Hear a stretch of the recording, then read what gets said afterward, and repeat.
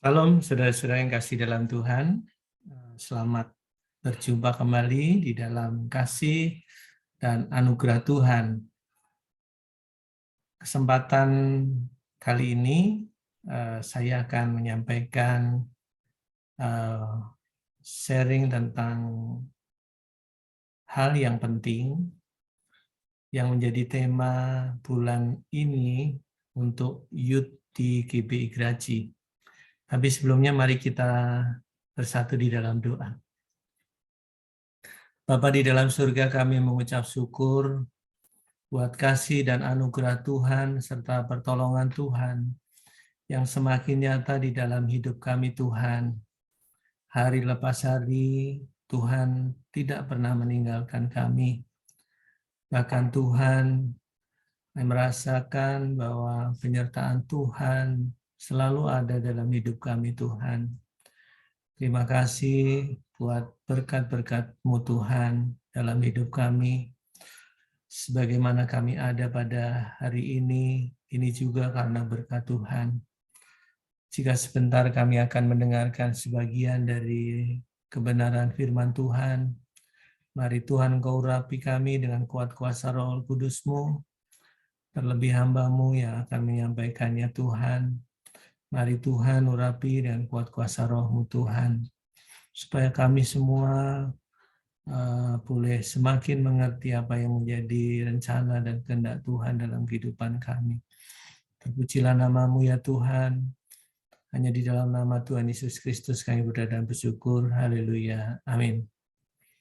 Baik teman-teman, kita akan mulai renungan firman pada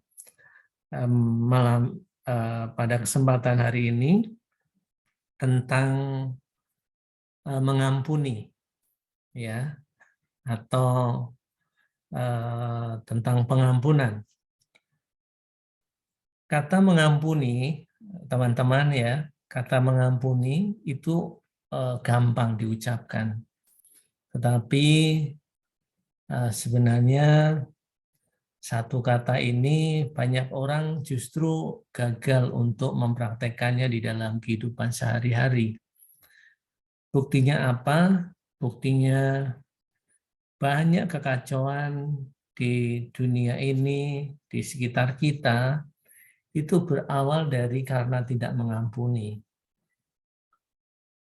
Ada akar kepahitan, ada sakit hati, dan itu terpendam dan manifestasinya menjadi banyak hal. Ada dendam, ada cemburu, ada iri hati, dan lain-lain sebagainya. Itu sebenarnya berawal dari karena tidak mengampuni. Nah, teman-teman, kita akan belajar bagaimana Tuhan Yesus memiliki hati yang mengampuni. Saya percaya bahwa semua kita di antara kita, semua pernah terluka, semua pernah tersakiti, semua pernah merasa kecewa. Ada nggak di antara kita yang sepanjang hidup kita tidak pernah merasa kecewa atau disakiti atau dikecewakan? Saya kira tidak ada. Hampir semua. Bahkan dalam cerita-cerita Alkitab saja, Tuhan Yesus berkali-kali dikecewakan. Berkali-kali Tuhan dihina dan dicaci maki dan disiksa. Bahkan sampai mati di atas kayu salib. Nah, oleh sebab itu, teman-teman, kita akan belajar. Dan kita akan mulai dulu dengan pembacaan firman Tuhan yang ada di dalam Lukas pasal 23 ayat 33 sampai 34. Ini cerita tentang pada waktu Tuhan Yesus disalibkan, ya, ketika puncak penderitaan Tuhan Yesus. Nah, ini yang dituliskan oleh Lukas, ya. Ketika mereka sampai di tempat yang bernama Tengkorak, mereka menyalibkan Yesus di situ. Dan juga kedua orang penjahat itu. Yang seorang di sebelah kanannya dan yang lain di sebelah kirinya. Yesus berkata, perhatikan ini yang saya bold, ya. Ya Bapa, ampunilah mereka sebab mereka tidak tahu apa yang mereka berbuat. Dan mereka membuang undi untuk membagi pakaiannya. Pakaian Tuhan Yesus pada waktu itu. Jadi kalau saya membayangkan pada waktu Tuhan Yesus di atas Gunung Golgota, dia disalibkan, kemudian ada di sebelah kanan dan kirinya itu seorang penyamun, dan Tuhan Yesus berada di tengah. Ya, kemungkinan juga ada yang menafsirkan bahwa kenapa diletakkan di tengah antara penyamun, karena mereka menganggap Tuhan Yesus yang lebih jahat di antara kedua itu. Jadi betapa sebenarnya penderitaan Tuhan Yesus pada waktu itu ada di puncak penderitaan manusia. Nah, sekarang pertanyaannya, teman-teman, perhatikan ini, ya Bapa, ampunilah mereka. Justru pada saat Tuhan Yesus menghadapi penderitaan itu, Tuhan Yesus mendoakan mereka. Ya Bapa, ampunilah mereka. Teman-teman, kalau saya tanya, mereka itu siapa sih sebenarnya? Tuhan Yesus berdoa kepada Bapa, dia minta ampun kepada mereka. Ya. Nah, minta ampunilah mereka. Mereka yang dimaksud ini siapa, teman-teman? Dan ini perkataan yang sangat powerful. Kenapa? Ini perkataan Tuhan Yesus pada waktu puncak penderitaannya, pasti suasana kebatinannya, suasana penderitaannya luar biasa. Mungkin dia mengucapkan ini sambil bergetar hatinya. Ya. Dan ini adalah ucapan pertama yang diucapkan. Ada 7 pernyataan atau kata-kata yang penting. Dan ini adalah kata-kata pertama yang diucapkan Tuhan Yesus di atas kayu salib. Ya Bapa, ampunilah mereka. Nah teman-teman, mereka itu siapa? Nah, mereka itu, teman-teman, kalau menurut saya, adalah orang-orang yang ada di sekitar di situ. Atau semua orang yang ikut andil di dalam penderitaan Tuhan Yesus. Siapa saja yang ikut andil dalam penderitaan Tuhan Yesus? Pada waktu dia berjalan di Via Dolorosa, di jalan salib, Tuhan Yesus sudah mengalami penderitaan. Ya, coba perhatikan ini. Ini orang-orang, para prajurit, serdadu, orang-orang yang berbondong-bondong di sekitar Tuhan Yesus. Pada waktu di jalan salib, saya yakin ada yang nimpukin batu, ada yang meludahi, mungkin ada juga sih sebagian yang simpati. Tapi sebagian besar juga mereka mencemooh. Ya, dan serdadu-serdadu itu juga memukuli Tuhan Yesus. Nah, saudara bisa bayangkan bagaimana perasaan hati Tuhan Yesus pada waktu itu. Betapa sakitnya Tuhan Yesus pada waktu itu oleh perbuatan mereka. Lalu juga ini, orang Farisi juga ikut andil juga. Lalu juga ini ada Al-Gucu yang mencambuk tubuhnya Tuhan Yesus sampai darahnya itu mengucur, kemudian dagingnya, tubuhnya itu terpecah. Saudara bisa bayangkan, saudara dicubit aja rasanya bagaimana, ini dicambuk loh. Jadi bukan hanya sakit di hatinya saja, tetapi di lubuk hatinya pun dia akan merasa sakit sekali. Ya, belum lagi Pilatus juga. Ya, belum lagi ada yang memahkotai duri. Kemudian ada yang menombak lambungnya. Itu mereka semua yang ikut andil di dalam penderitaan Tuhan Yesus. Tapi justru Tuhan Yesus berkata, malah berdoa buat mereka, ampunilah mereka. Ini adalah satu yang paradok ya, sepertinya Tuhan disakiti seperti itu, seharusnya dia harus balas. Kalau kemanusiaan. Dan apakah Tuhan Yesus nggak bisa balas? Bisa. Pada waktu Petrus menghunus pedang saja, pada waktu itu memotong telinga prajurit Romawi, Tuhan Yesus berkata,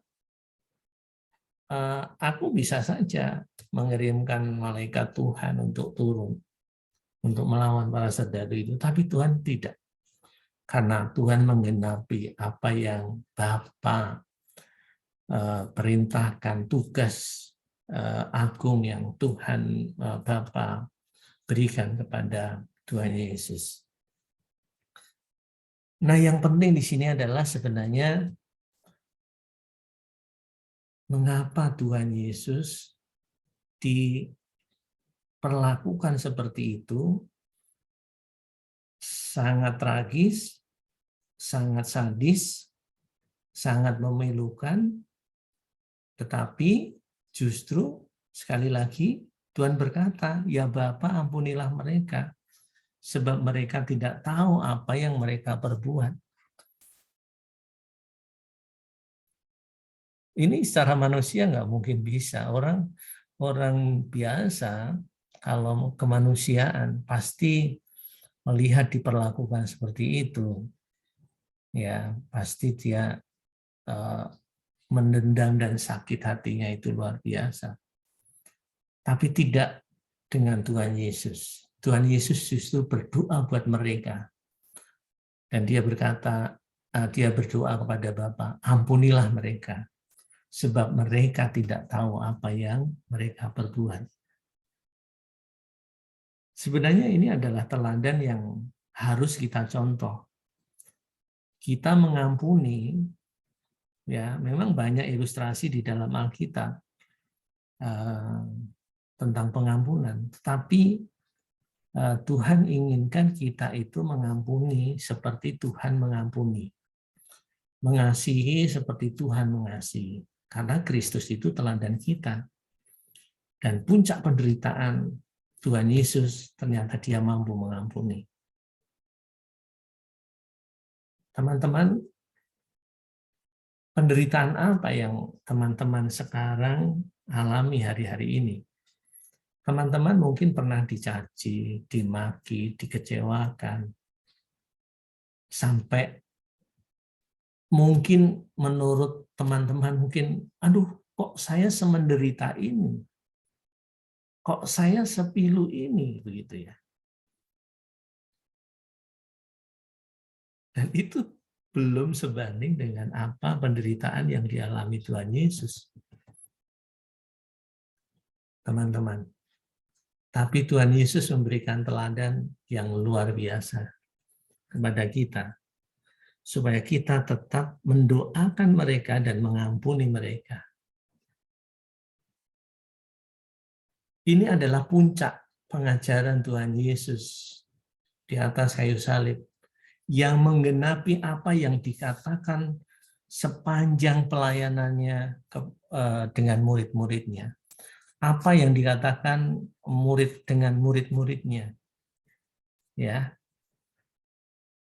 Jadi Tuhan Yesus tidak hanya mengajar murid-muridnya tentang pengampunan, tapi dia mempraktekkan sendiri bagaimana cara dia mengampuni orang yang bersalah kepada dia. Ingat, pada waktu Petrus berjumpa dengan Tuhan Yesus, itu Petrus pernah bertanya kepada Tuhan Yesus. Ya, ini di dalam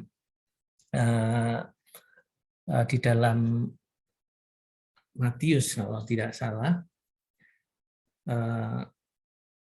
itu ada perbincangan antara Petrus dan Tuhan Yesus pada waktu itu. Ya, sebentar saya geser dulu supaya kelihatan, supaya lebih jelas. Kemudian, sebentar ya, ini Pak, perbincangan antara Petrus dan siapa? Dan Tuhan Yesus. Di dalam Matius 18 ayat 21 sampai 22. Saya bacakan ya teman-teman ya. Kemudian datanglah Petrus dan berkata kepada Tuhan Yesus, "Tuhan, sampai berapa kali aku harus mengampuni saudaraku jika ia berbuat dosa terhadap aku? Sampai 7 kali?" Lalu Yesus berkata kepadanya, kepada Petrus, "Bukan, aku berkata kepadamu bukan sampai 7 kali, melainkan sampai 70 kali 7 kali." Mungkin menurut Petrus, ya, menurut Petrus, angka 7 itu angka sempurna, ya. Mungkin tradisi Yahudi pada waktu itu. Jadi kalau sudah mengampuni 7 kali, itu udah pol gitu ya, udah mentok ya. Nah, itu yang ditanya Petrus pada waktu itu. Ya, kalau misalnya ada orang yang mengkhianati dia, lalu mencurangi atau menyakiti atau melukai sekali, 2 kali, 3 kali, apakah harus diampuni? Petrus mungkin udah 6 kali ya. Lalu Petrus, apakah harus sampai 7 kali? Tapi Tuhan Yesus jawabannya, ini jawaban yang apa ya, seperti apa?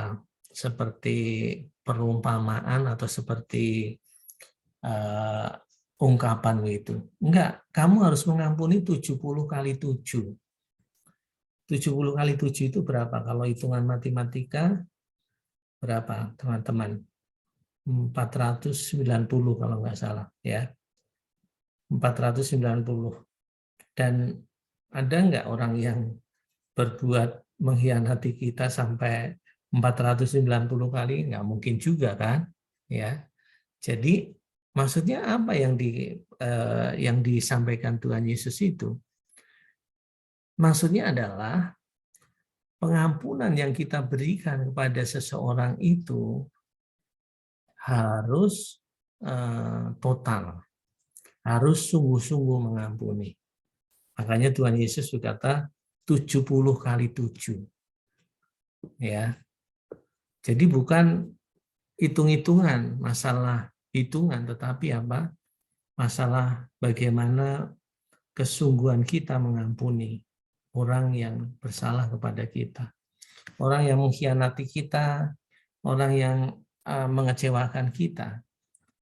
Dan teman-teman jangan heran dan jangan kaget juga, orang yang menyakiti kita, yang berpotensi itu adalah orang yang paling dekat dengan saudara. Orang yang paling dekat dengan kita itu sangat berpotensi untuk menyakiti kita, untuk melukai kita, untuk membuat sakit hati kita. Dan itu banyak cerita. Bagaimana seorang bos dikhianati anak buahnya, seorang presiden dikhianati oleh pembantunya, ya. Orang yang paling dekat itu biasanya berpotensi, justru yang berpotensi membuat membuat kita kecewa. Tapi itu tidak menjadi persoalan. Yang menjadi persoalan adalah bagaimana kita bisa mengampuni mereka semua. Itu yang Tuhan rindukan. Dan ini bukan apa ya, bukan semacam himbauan saja, tapi ini perintah. yang Tuhan berikan kepada murid-muridnya, kepada kita semua sebagai anak-anak Tuhan, sebagai hamba-hamba Tuhan juga, sebagai pelayan-pelayan Tuhan. Jangan kita menyimpan kepahitan, jangan kita menyimpan dendam, apapun itu. Karena itu akan berpotensi juga menjadi akar kepahitan dalam tubuh kita, dalam hidup kita.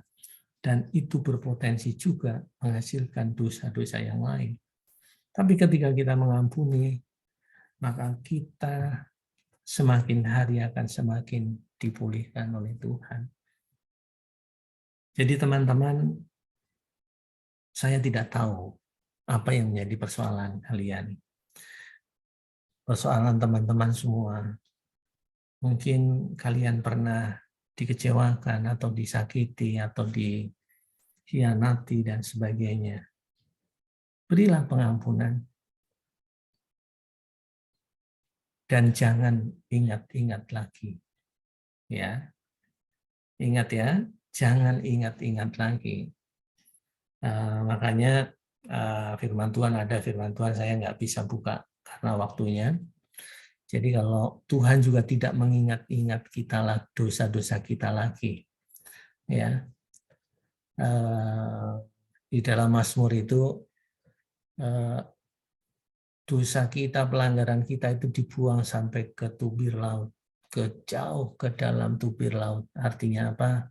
Tuhan juga tidak mengingat-ingat. Saudara juga ketika saudara mengampuni seseorang yang pernah menyakitkan saudara, jangan diingat-ingat lagi. Kalau teringat itu wajar, terlintas itu wajar. Jadi beda ya, bedakan antara teringat dan mengingat-ingat. Kalau teringat itu sepintas, set, gitu, ya hanya terlintas saja. Tapi itu segera kita doakan dalam nama Tuhan Yesus. Tapi beda kalau mengingat-ingat, waduh kok saya begini, kok saya begini. Setiap hari direnungkan, justru setiap saat direnungkan, itu yang namanya mengingat-ingat. Jadi kalau mengampuni ya sudah, mengampuni kita doakan. Bahkan Tuhan Yesus bilang, kasihilah musuhmu. Ya, doakan mereka. Tuhan Yesus sudah kasih contoh yang luar biasa. Pada waktu di atas kayu salib, Tuhan Yesus mendoakan mereka semua yang sangat membuat luka di hati. Bukan saja hati, tubuh, dan hatinya Tuhan Yesus. Nah, teman-teman yang dikasih Tuhan, banyak sekali sebenarnya cerita di dalam Alkitab bagaimana kita harus memberi pengampunan. Pernah Tuhan Yesus juga memberikan mengajarkan doa Bapa kami, ya. Doa Bapa kami itu di dalam Matius juga itu juga dikatakan begini. Semua hafal ya kita, tapi kita potong saja di ayat 12, Matius 6 ayat 12. 14-15, dan ampunilah kami akan kesalahan kami seperti kami juga mengampuni orang yang bersalah kepada kami. Lalu dilanjutkan ayat yang ke-14-nya, karena jikalau kamu mengampuni kesalahan orang, Bapamu yang di surga akan mengampuni kamu juga. Tetapi jikalau kamu tidak mengampuni orang, Bapamu juga tidak akan mengampuni kesalahanmu. Jadi sebenarnya kalau ditanya dosa apa sih sebenarnya yang tidak diampuni itu oleh Tuhan, sebenarnya orang tahunya kalau mendukakan Roh Kudus itu tidak diampuni. Tapi sebenarnya ada satu lagi, yaitu dosa tidak mengampuni. Kalau kita tidak mengampuni, maka kita juga tidak diampuni juga. Seharusnya kita bersyukur Tuhan sudah memberikan pengampunan yang luar biasa. Pernah Tuhan Yesus memberikan perumpamaan, ya. Seorang hamba, ya. Bentar saya geser lagi dulu. Seorang hamba yang berhutang 1000 talenta diampuni, ya. Tapi sebaliknya ketika ada seorang hamba yang memberi piutang, memberi hutangan kepada orang lain 100 dinar saja, itu ketika tidak dibayar, hamba yang lain itu dicekik, ya,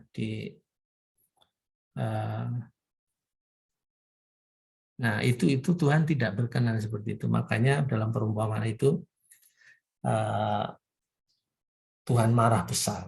Kenapa? Karena orang ini sudah diampuni, tapi tidak mengampuni orang lain, gitu ya. Nanti dibaca lagi lah, ya karena waktunya. Matius 18 ayat 21 sampai 38 itu perumpamaan tentang pengampunan. Itu juga bagus sekali. Jadi banyak sebenarnya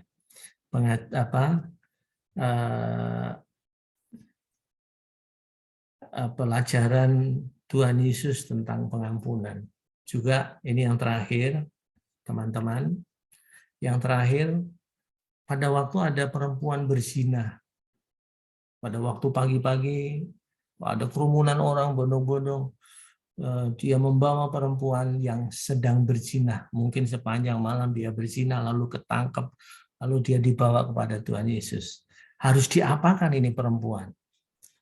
Nah, tradisi Yahudi itu, kalau perempuan berbuat zina, itu harus dirajam batu sampai mati. Tapi Tuhan Yesus berkata pada waktu itu, siapa di antara kalian yang tidak berdosa, silakan melempar yang pertama. Ternyata tidak ada yang mau, ya, tidak ada yang, mereka satu persatu pergi. Lalu wanita itu diampuni, ya. Jadi kita nggak boleh menghakimi juga. Nah, sekarang yang terakhir, ya, terakhir. Teman-teman, kita mengampuni orang itu karena kita mengasihi. Alasannya itu. Bukan saja supaya kita diampuni, bukan itu ya. Bukan itu saja, tetapi sebenarnya kita mengampuni seperti Tuhan Yesus mengampuni. Tuhan Yesus itu mengampuni karena apa? Karena kasih. Karena mengasihi perempuan itu, karena mengasihi orang-orang itu, supaya mereka semua diselamatkan. Saudara dan saya diselamatkan. Ketika saudara mengampuni juga alasan yang utama sebenarnya saudara harus punya alasan ini, karena saudara di dalam hidup saudara itu ada kasih. Kasih yang berasal dari Tuhan, yaitu kasih agape. Nah, teman-teman, mari, waktu juga yang membatasi kita, tapi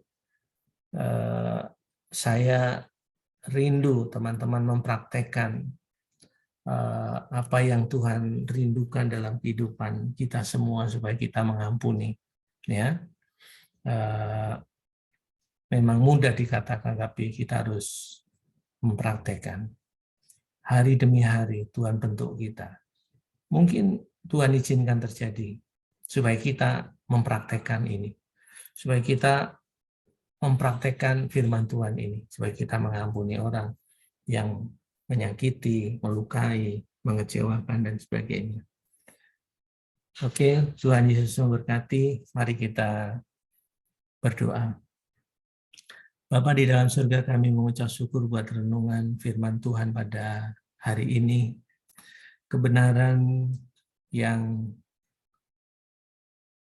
Tuhan ajarkan kepada kami supaya kami mengampuni siapapun dan apapun perlakuan orang-orang terhadap kami, terhadap hidup kami. Tuhan mengatakan supaya kami mengampuni mereka. Seperti Tuhan Yesus juga mengampuni. Sebab itu Tuhan, mari Tuhan Engkau taruh Roh Kudus-Mu dalam hati kami.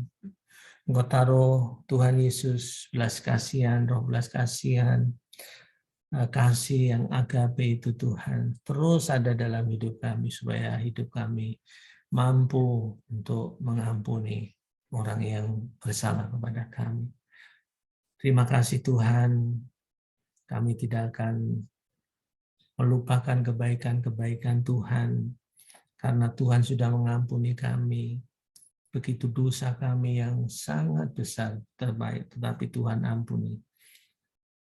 Terima kasih Tuhan buat firman-Mu. Mari Tuhan Kau menteraikan firman-Mu dalam hidup kami, dalam hati kami, dan jadikan kami pelaku firman-Mu. Terima kasih Tuhan, kami berdoa buat teman-teman kami, seluruh youth yang ada di GBI Geraha Raya. Kiranya Tuhan memberkati, Tuhan berikan pertumbuhan rohani yang sehat Tuhan, supaya semakin mengenal Engkau sebagai Tuhan dan Juru Selamat yang hidup. Terima kasih ya Tuhan. Kami menyerahkan semuanya hanya di dalam tangan kuasa-Mu.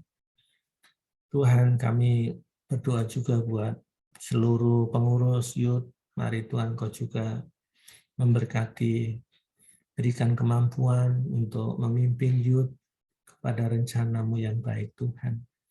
Terima kasih Tuhan, berkati juga KPA, berkati hamba-hamba-Mu, gembala kami juga Tuhan, Kau memberkati.